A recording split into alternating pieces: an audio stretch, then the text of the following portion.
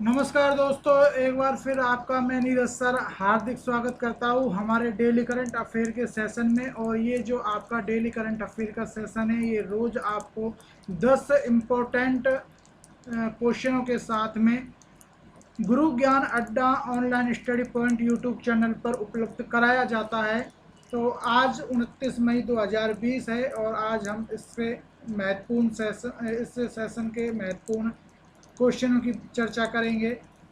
तो देखिए फ्रेंड्स, सबसे पहले आप सभी को गुड मॉर्निंग। साथ में अपने सभी दोस्तों को लाइक करते हुए इस सेशन को शेयर कर दीजिए और पहले क्वेश्चन की चर्चा कर लेते हैं। तो आज का पहला क्वेश्चन है कि हाल ही में नाइजर, एक देश है, अफ्रीकी देश है नाइजर, एक नाइजीरिया है, तो कंफ्यूज ना हुए, नाइजर की बात कर रहा हूँ मैं। नाइजर में भारत के राजदूत कौन नियुक्त किए गए हैं? तो ये किए गए आपके पी के नायर, जिनका पूरा नाम बनता है प्रेम कुमार नायर। तो देखिए फ्रेंड्स, इसी के साथ में आपके और कुछ इम्पोर्टेंट क्वेश्चन हैं, उनकी भी हम चर्चा कर लेते हैं। तो अभी आपके नाइजर के साथ साथ कुछ और देशों के भी राजदूत या उच्चायुक्त आपके नियुक्त किए गए हैं। 2020 के सभी राजदूत और उच्चायुक्तों की बात कर लेते हैं। तो देखिए, नाइजर के तो हो गए पी के नायर, इसी के साथ ही पी के नायर की आपकी एक बात बता दूं, जो ये अभी वर्तमान में महावाणिज्य दूत के रूप में हम्मन टोटा में नियुक्त हैं और अगले जो नाइजर के रूप में राजदूत नियुक्त किए गए हैं, ये यही किए गए हैं। देखिए, नम्रता एस कुमार जो हैं, इनको हाल ही में स्लोवेनिया का भारतीय राजदूत बनाया गया है। और जो स्लोवेनिया देश है, ये कोरोना मुक्त विश्व का पहला, यूरोप का पहला देश बन चुका है। इसी के साथ आपको बता देते हैं, जयदीप मंजूमदार है, इनको अभी ऑस्ट्रिया में राजदूत नियुक्त किया गया है। युगांडा में अजय कुमार उच्चायुक्त नियुक्त किए गए हैं। पीयूष श्रीवास्तव बहरीन में भारतीय राजदूत नियुक्त किए गए हैं, जबकि कनाडा में अजय बिसारिया ये उच्चायुक्त नियुक्त किए गए हैं कनाडा में। तरमजीत सिंह सिंधु ये आपके अमेरिका में भारतीय राजदूत नियुक्त किए गए हैं। दीपक मित्तल कतर में भारतीय राजदूत नियुक्त किए गए हैं। लेसोथो जयदीप सरकार आपके यहाँ उच्चायुक्त राजदूत नियुक्त किए गए हैं। अभी हमने पढ़ा भी था कुछ दिन पहले, लेसोथो के जो राष्ट्र प्रधानमंत्री हैं, उन्होंने अपने पद से इस्तीफा दे दिया था। और यहाँ के जो पीएम है वो थॉमस थोबेन थे, जिन्होंने इस्तीफा दे दिया है। अब लेसोथो के नए पीएम, जो कार्यवाहक पीएम अगले पीएम तक बने हैं, वो हैं आपके मोएकेट सी मंजूरू। अच्छा, मैंने आपको लेसोथो के बारे में ये भी बताया था कि जो यहाँ की मुद्रा है वो लेसोथो लोटी है। और आपको मैंने ये भी बताया था जो लेसोथो की राजधानी है वो है मासेरू। तो ये आप ध्यान रखेंगे। इसी के साथ ही अभिषेक सिंह वेनेजुएला के राजदूत नियुक्त किए गए हैं। अजय पांडा टर्की के राजदूत नियुक्त किए जाएंगे। जावेद अशरफ फ्रांस के राजदूत नियुक्त किए गए हैं। गोपाल वाघेल श्रीलंका के उच्चायुक्त नियुक्त किए गए हैं। और जो श्रीलंका है, और कोट्टेवर्धम यहाँ की नई राजधानी बनी है, श्री कोट्टेवर्धम। इसी के साथ ही विनय मोहन पोत्रा नेपाल के उच्चायुक्त नियुक्त किए गए हैं। और अभी आपको मैंने कुछ दिन पहले ही नेपाल के बारे में क्वेश्चन पढ़ाया था कि नेपाल ने अपना एक नया मानचित्र लॉन्च किया है, जिसमें भारत के कुछ हिस्सों पर उन्होंने अपना आधिपत्य दिखाया है नक्शे में। देखिए, नेपाल के आपको मैंने उस दिन बताया भी था, जो मुद्रा है नेपाली रुपया है, राजधानी काठमांडू है, जो आपके दक्षेस का हेडक्वार्टर है काठमांडू में। विद्या देवी भंडारी आपके नेपाल के राष्ट्रपति हैं, पीएम हैं केपी शर्मा ओली। इसी के साथ ही पवन कपूर जो हैं यूएई में अगले भारतीय राजदूत नियुक्त होंगे। इसी के साथ ही विनय मोहन कोत्रा हैं, वो नेपाल के उच्चायुक्त हैं। और आपको मैंने बताया था नाइजर के बारे में, आपको मैं बता देता हूँ। कुछ दिनों पहले हमने एक अफ्रीकी 8 देशों की जो मुद्रा चेंज हुई थी उसके बारे में क्वेश्चन पढ़ाया था कि 8 अफ्रीकी देशों ने मिलकर अपनी नई मुद्रा अपना ली है, जो कि इको के नाम से जानी जाएगी। तो नाइजर भी उन्हीं 8 देशों में एक था। पहले यहाँ की जो मुद्रा थी वो फ्रैंक थी, अब इसको बदलकर ई को इन्होंने अपना लिया है। नियामी यहाँ की राजधानी है। राष्ट्रपति मोहम्मदो इसीफो यहाँ अभी वर्तमान में राष्ट्रपति हैं। अब देख लेते हैं 8 देश वो अफ्रीकी देश कौन से हैं जिन्होंने एको मुद्रा को अपनाया है। तो नाइजर, बेनिन, माली, सेनेगल, बुर्किना फासो, टोंगो, गिनी बिसियाओ और आइवरी कोस्टा, ये 8 आपके अफ्रीकी देश बनते हैं जिन्होंने नई ईको मुद्रा को अपनाया है। तो फ्रेंड्स, ये आपके कुछ उच्चायुक्त और राजदूत थे भारतीय जिनका हाल ही में अपॉइंट हुआ है 2020 में, तो इनको आप ढंग से देख लेना। इसी के साथ ही ये तस्वीर आपकी हमने उपलब्ध करा दी है पी.के. नायर साहब की, जो अगले राजदूत नाइजर में नियुक्त होने वाले हैं। इसी के साथ अगला क्वेश्चन देख लेते हैं कि हाल ही में किस राज्य सरकार ने शाही लीची और आम की लॉजिस्टिक और डोर स्टेप डिलीवरी के लिए भारतीय डाक के साथ समझौता किया है। तो ये समझौता किया है आपका बिहार ने, और फ़ोटो अगर आपको उपलब्ध कराऊं तो फ़ोटो आप देख रहे हैं। इसी के साथ में चर्चा कर लेते हैं। तो हाल ही में बिहार ने बागवानी विभाग जो है बिहार का, उसने बिहार डाक विभाग के साथ मिलकर शाही लीची और आम की लॉजिस्टिक और डोर स्टेप डिलीवरी के लिए भारतीय डाक के साथ समझौता किया है। मुजफ्फरपुर का जो शाही लीची है वो वर्ल्ड फेमस है। इसी के साथ ही भागलपुर का जर्दालू आम विश्व भर में प्रसिद्ध है। इसी के साथ आपको बता देते हैं कि इन दोनों फलों को 2018 में जीआई टैग प्राप्त हो चुका है। अगर स्टैटिक जीके का पोर्शन देखें तो देखिए फ्रेंड्स, हाल ही में आपको मैंने एक क्वेश्चन पढ़ाया था करंट अफेयर का कि ऑक्सीजन पाइपलाइन जो होगी उसकी उसे हॉस्पिटलों में ऑक्सीजन की आपूर्ति के लिए पाइपलाइन का काम चलाएगी बिहार सरकार। इसी के साथ पटना यहाँ की राजधानी है जो कि गंगा नदी के किनारे पर है। सीएम नीतीश कुमार हैं, जबकि डिप्टी सीएम सुशील कुमार मोदी हैं। वर्तमान में गवर्नर फागू चौहान है और मुख्य न्यायाधीश संजय करोल हैं। इसके अलावा आपके बिहार के गांधी मैदान में जो स्वर्गीय वित्त मंत्री हैं अरुण जेटली, उनका स्टैचू भी आपका लगाया गया है जनवरी में। तो ये इम्पोर्टेंट क्वेश्चन आप ध्यान रखेंगे। इसी के साथ अगले क्वेश्चन की चर्चा कर लेते हैं। हाल ही में वाइस फील्ड इंफ्रारेड सर्वे टेलीस्कोप जो कि नासा के द्वारा अपनी अगली पीढ़ी के स्पेस टेलीस्कोप का नाम बदलकर रखा गया है, वह इसे किस वर्ष लॉन्च करेगा। तो देखिए ये 2025 में लॉन्च करेगा। एक्चुअली क्वेश्चन क्या कह रहा है, देखिए मित्र, एक्चुअली क्वेश्चन ये कहना चाह रहा है कि नासा ने अपना एक मतलब कि इसको शॉर्ट में अगर हम बोलें तो डब्ल्यू फर्स्ट यानी कि वॉइस फील्ड इंफ्रारेड सर्वे टेलीस्कोप लॉन्च किया था, जो अब इसका नाम बदलकर नैन्सी ग्रेस रोमन के सम्मान में रखा जाएगा। अब बात आती है कि नैन्सी ग्रेस रोमन कौन है। तो आपको मैं बता दूं, नैन्सी ग्रेस रोमन एक अमेरिकी अंतरिक्ष यात्री एजेंसी की महिला खगोल वैज्ञानिक थी पहली, और इनका 2018 में निधन हो गया था। तो इन्हीं के नाम पर इसका नाम परिवर्तन किया जाएगा। जो नैन्सी ग्रेस रोमन है, इनको हब्बल की जननी भी कहा जाता है। इसी टेलीस्कोप से दूर के ग्रहों की खोज करने में मदद मिलेगी। यानी कि जो ये टेलीस्कोप लॉन्च कर रहे हैं 2025 तक, ये बहुत शक्तिशाली टेलीस्कोप होगा, और जो कि नए नए ग्रहों की या कहें उपग्रह और जो आपके उपग्रह हैं उनकी खोज करेगा। अमेरिकी स्पेस एजेंसी को हम नासा के नाम से जानते हैं, जिसकी फुल फॉर्म है national aeronautics and space organisation, और ये आपकी 1958 में स्थापित की गई थी। 1958 में ही आपका इंडिया का DRDO 1 जनवरी 1958 को स्थापित किया गया था। तो दोनों क्वेश्चनों को मैंने यहाँ कनेक्ट करके आपको बताया है। अगर नासा का हेडक्वार्टर की बात करें तो वॉशिंगटन DC है। वर्तमान में इसके अध्यक्ष हैं जिम ब्रिस्टिन।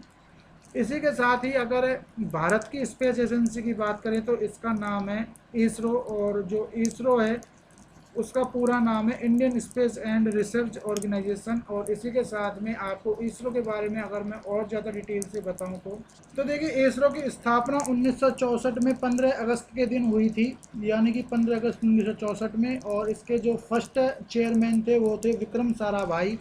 अब वर्तमान में इसरो के चेयरमैन हैं आपके के सिवान, और इसका हेडक्वार्टर बेंगलोर में बनता है, इसीलिए बेंगलोर को स्पेस सिटी भी हम कहते हैं।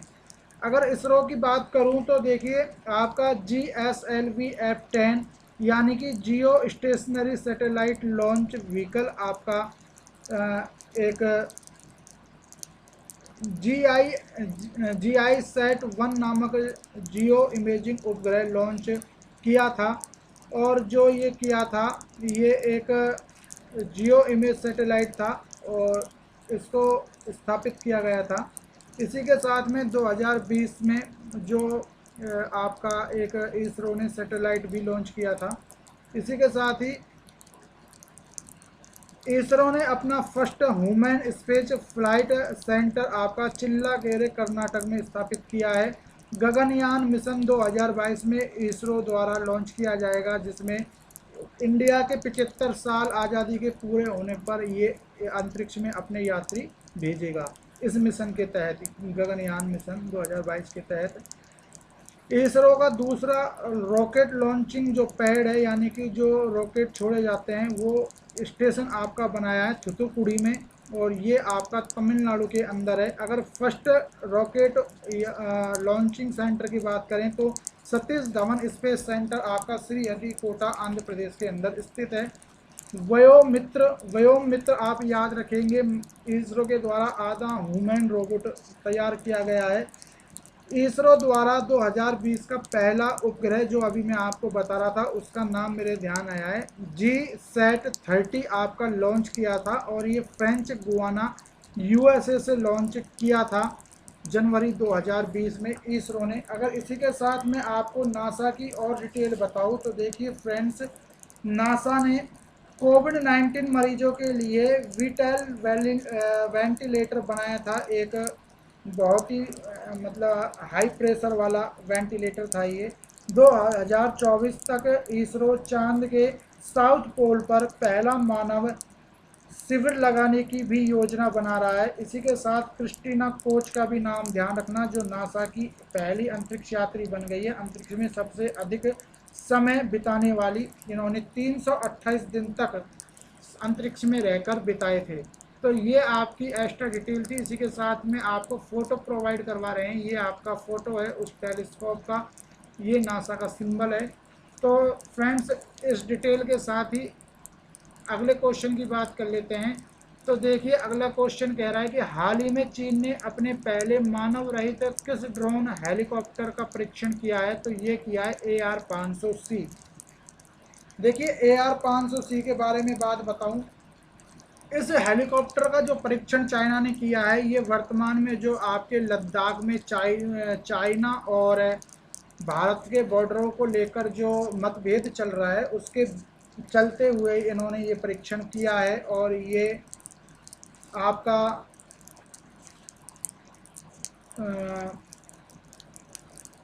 भारत और तिब्बत की जो सीमा है उस पर तैनात करने के चीन ने संकेत दिए हैं इसको। इसका वजन 500 किलोग्राम है। गति इसकी उड़ने की 170 किलोमीटर प्रति हावर से 5 घंटे लगातार ये काम कर सकता है। साथ ही 6700 यानी कि 700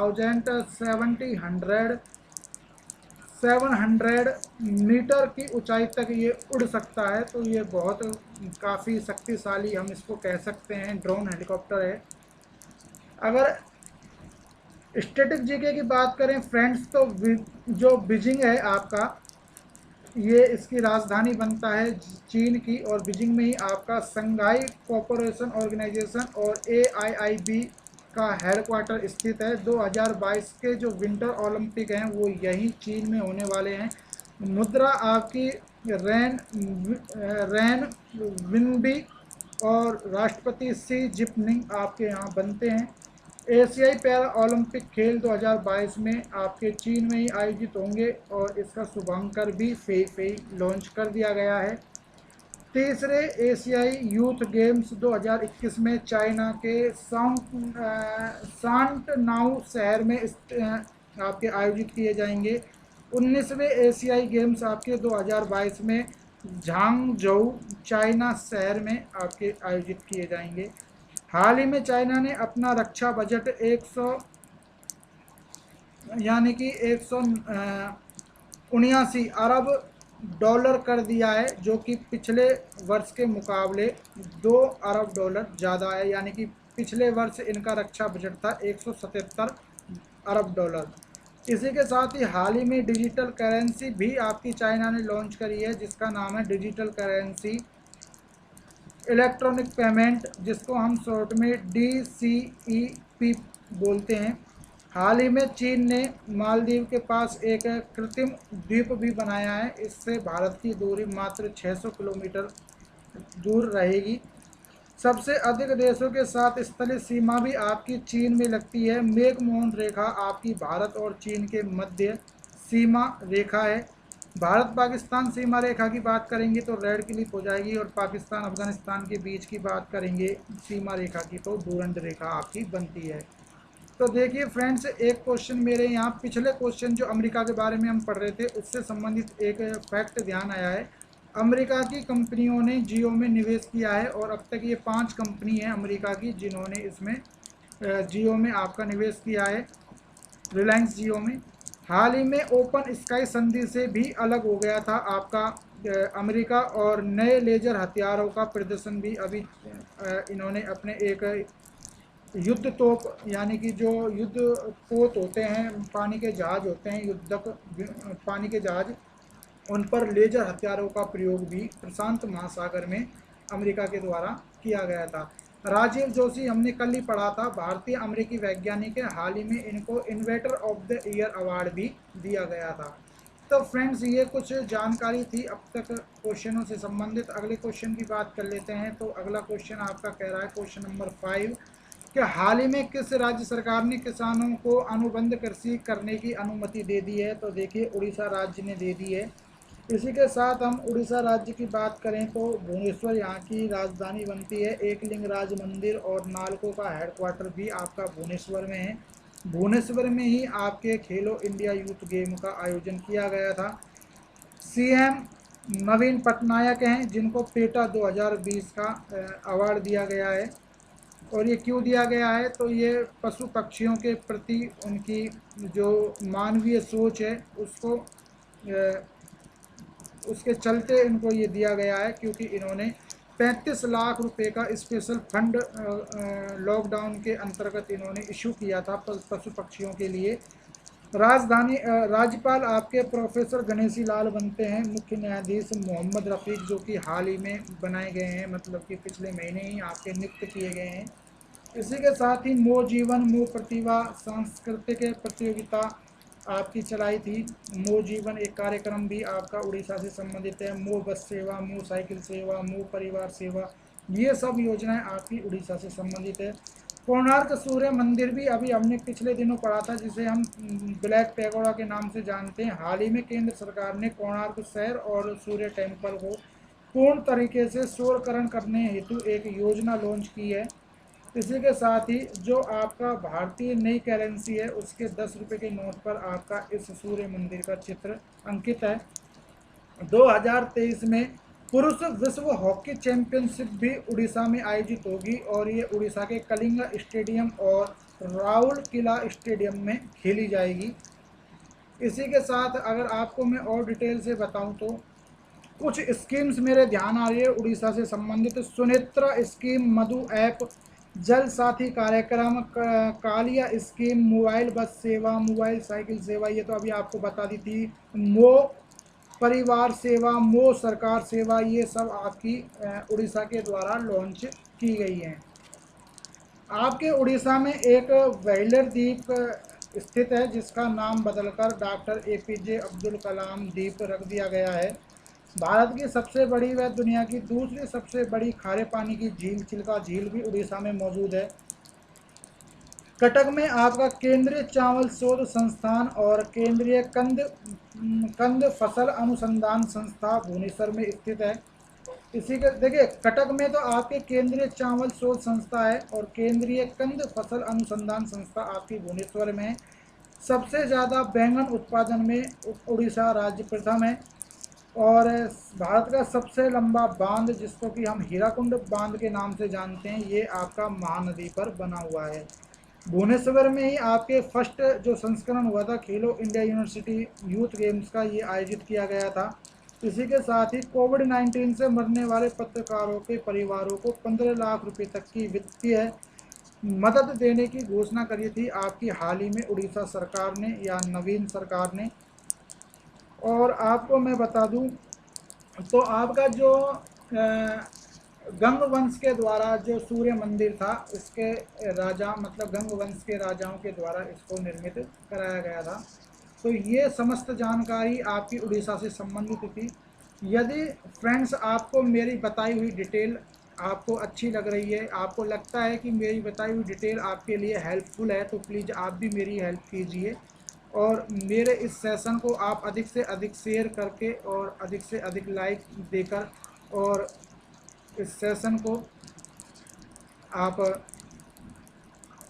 अपने दोस्तों में अधिक से अधिक शेयर कीजिए। साथ ही अगले क्वेश्चन की बात कर लेते हैं। तो अगला क्वेश्चन कह रहा है कि हाल ही में भारतीय सेना कमांडरों का सम्मेलन कहाँ शुरू हुआ है। तो देखिए, अभी हाल ही में जो चाइना के साथ हमारे डिस्प्यूट पाकिस्तान और चाइनीज सीमाओं को लेकर चल रहे हैं, तो इनके चलते ही अभी एक भारतीय सेना कमांडरों का सम्मेलन शुरू किया गया था और ये सम्मेलन आपका किया गया है नई दिल्ली में आयोजित। इस सम्मेलन का आयोजन 27 मार्च से 29 मई तक नई दिल्ली में स्थित आपका जो पीएमओ है वहाँ पर इसका होगा, इसकी बैठकें होंगी। इसमें थल सेना, जल सेना और वायु सेना के कमांडरों के अलावा भारत के राष्ट्रीय सुरक्षा सलाहकार, जिसका नाम है अजीत डोभाल, भारत के पहले chief of defence staff Bipin Rawat तथा भारत के प्रधानमंत्री और रक्षा मंत्री राजनाथ सिंह, विदेश मंत्री आपके जयशंकर जो हैं वो इसमें भाग ले रहे हैं। इस सम्मेलन का पहला चरण मतलब एक्चुअली क्या है, ये जो 2 चरणों में होगी, ये जो पहला चरण है वो आपका 27 से 29 मई तक होगा और दूसरा चरण इसका जून में अंतिम सप्ताह में आयोजित किया जाएगा। अगर बात करी जाए वर्तमान में थल सेना अध्यक्ष, तो ये तीनों आपके वर्तमान तीनों सेनाओं के अध्यक्ष हैं। तो देखिए, वर्तमान में थल सेना अध्यक्ष हैं मनोज मुकुंद नरवणे, जिनको हम MN नरवणे के नाम से जानते हैं। नौसेना अध्यक्ष हैं करमवीर सिंह और वायुसेना अध्यक्ष हैं RKS भदौरिया। आपके पहले chief of defence staff Bipin Rawat बनाए गए हैं, जबकि हमारे अभी वर्तमान में रक्षा मंत्री हैं राजनाथ सिंह। अगर स्टैटिक जीके की बात करें, क्योंकि इसमें नई दिल्ली का नाम आया है, तो आपको स्टैटिक जीके की बात करें तो दिल्ली जो है यमुना नदी के किनारे पर बसा हुआ है और 1912 में ये भारत की राजधानी घोषित की गई थी कलकत्ता से ट्रांसफ़र कर। सीएम आपके अरविंद केजरीवाल बन जाते हैं, डिप्टी सीएम आपके मनोज सिसोदिया बन जाते हैं, जो कि दिल्ली सरकार के शिक्षा मंत्री भी हैं वर्तमान में। गवर्नर आपके डिप्टी गवर्नर अभी आपके अनिल बैजल साहब हैं। इसी के साथ में अगर करंट जीके की बात करें तो AK नामक मोबाइल ऐप लॉन्च किया था, जिसको कि हम कहेंगे असेस कोरोना। ये आपका किया गया था दिल्ली सरकार के द्वारा। और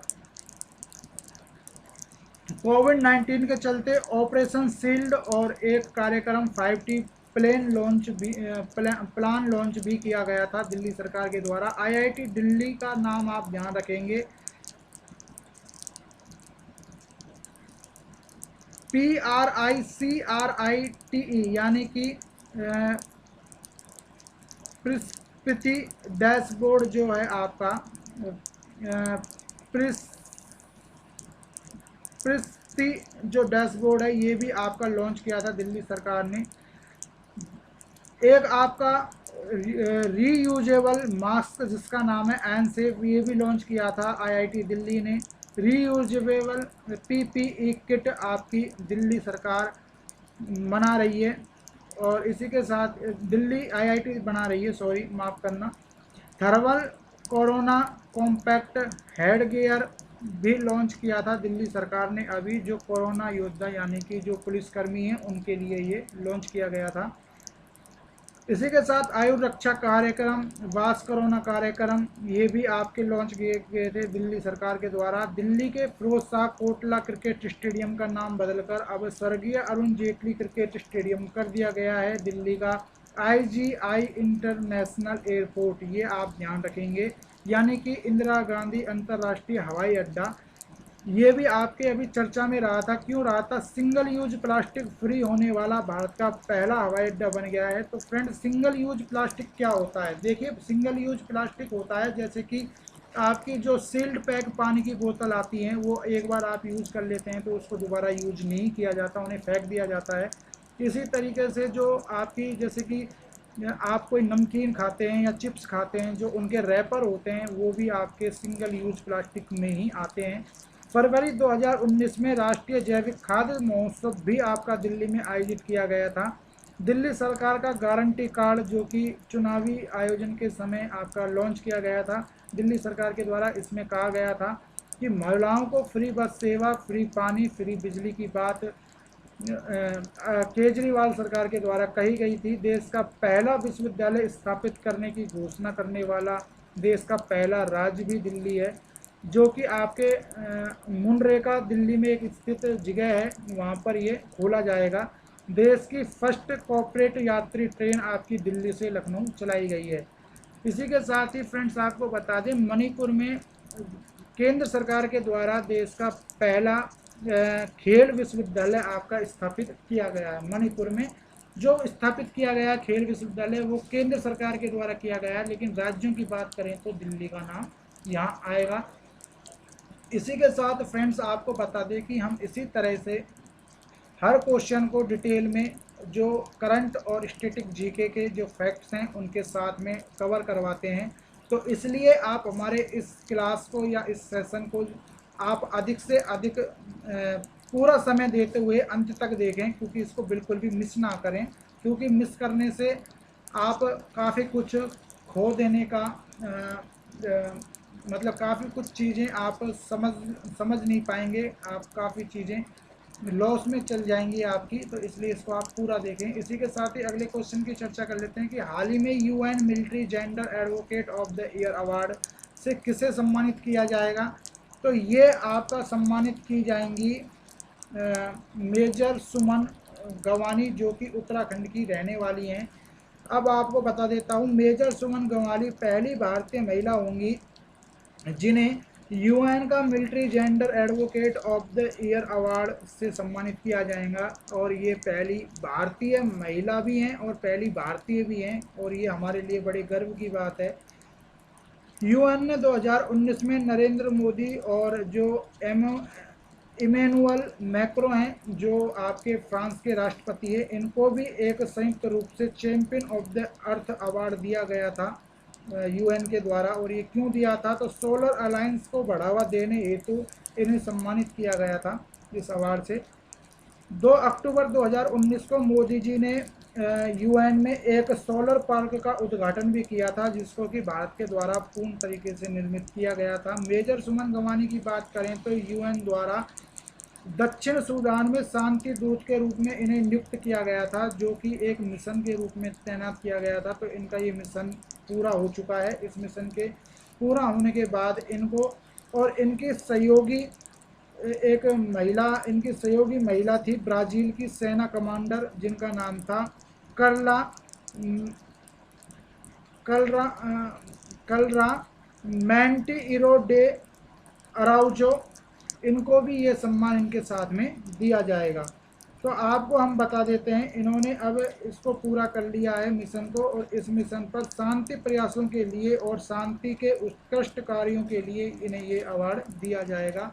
और UN के द्वारा कहा गया है कि जो ब्लू कैप है, ब्लू कैप की बेहतर सेवाओं को इन्होंने मतलब बहुत ही बेहतर सेवाएं, मतलब कहें तो शौर्यपूर्ण और सम्मानपूर्ण सेवाएं इन्होंने दी हैं। तो ब्लू कैप के बारे में आपको बता देते हैं। ब्लू कैप जो शांति सेनाएं होती हैं, उनको ये दी जाती है, जो कि यूएन के द्वारा अशांति क्षेत्रों में नियुक्त की जाती हैं शांति सेना। तो उनके सैनिक इस कैप को लगाते हैं। ब्लू कैप आप याद रखेंगे, यूएन के द्वारा दी जाती है। इसके अलावा हाल ही में, अगला क्वेश्चन है, हाल ही में किस केंद्रीय मंत्री ने चंबा में 4 धाम परियोजना के तहत निर्मित की गई सुरंग का उद्घाटन किया है? तो ये आपका किया है नितिन गडकरी जी ने, और हाल ही में इसको वीसी यानी कि वीडियो कॉन्फ्रेंस के जरिए इसका उद्घाटन किया गया है। आपको हमने फ़ोटो भी उपलब्ध करा दी है। तो ये जो सुरंग है ये आपकी चंबा सुरंग के नाम से जानी जाएगी। इस सुरंग की लंबाई 440 मीटर है। इससे 4 धाम जो राजमार्ग आपका NH 94 पर ये बनाई गई है, तो उसमें यात्रा में अब कम समय लगेगा, यानी कि जो 4 धाम यात्रा है उसके समय को अब कम कर दिया गया है इस टनल के द्वारा। इस सुरंग को BRO यानी कि बॉर्डर रोड ऑर्गेनाइजेशन के द्वारा स्थापित किया गया है, और आपका जो BRO को गंगोत्री से बद्रीनाथ की ओर जाने वाले 250 किलोमीटर मार्ग का कार्य सौंपा गया है। तो उसके तहत BRO ने इस टनल को विकसित किया है, इस टनल का निर्माण किया है। BRO की बात कर लेते हैं, तो BRO आपका सीमा सड़क संगठन यानी कि बॉर्डर रोड ऑर्गेनाइजेशन है। इसकी स्थापना 1960 में की गई थी। हेडक्वार्टर इसका नई दिल्ली में है, और वर्तमान अध्यक्ष lieutenant general Harpal Singh BRO के अध्यक्ष हैं। नितिन गडकरी की बात कर लें तो केंद्रीय सड़क परिवहन और राजमार्ग मंत्री हैं। 4 धाम परियोजना का उद्घाटन 2016 में प्रधानमंत्री नरेंद्र मोदी जी के द्वारा किया गया था, और जिसमें उत्तराखंड के 4 धाम जिसमें कि गंगोत्री, यमुनोत्री, केदारनाथ, बद्रीनाथ को एक मजबूत सड़क मार्ग से जोड़ने की एक बड़ी परियोजना है। इसके तहत 879 किलोमीटर यानी कि 889 किलोमीटर लंबे राजमार्ग के लिए 12,000 करोड़ रुपए का जो खर्चा है वो आपका किया जाएगा।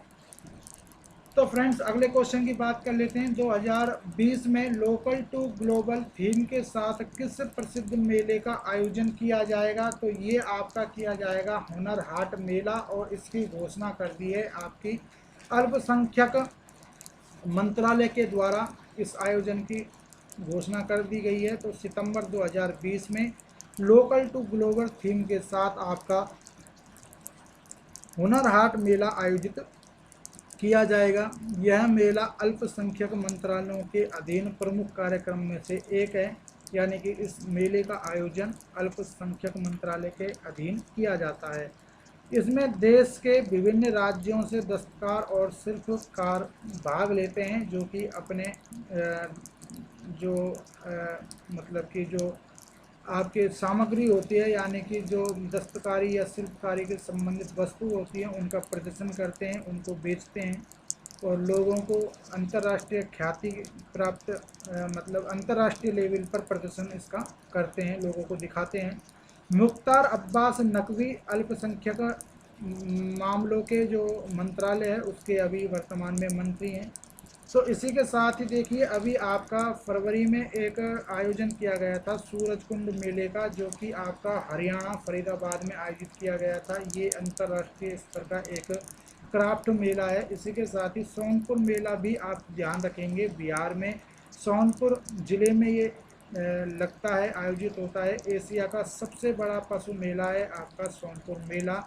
पुष्कर मेला आपके राजस्थान के पुष्कर अजमेर में आयोजित किया जाता है सर्दियों के समय में। तो ये भी आपका एक सांस्कृतिक मेला है पुष्कर मेला, जो कि राजस्थान के अजमेर में आपका भरता है।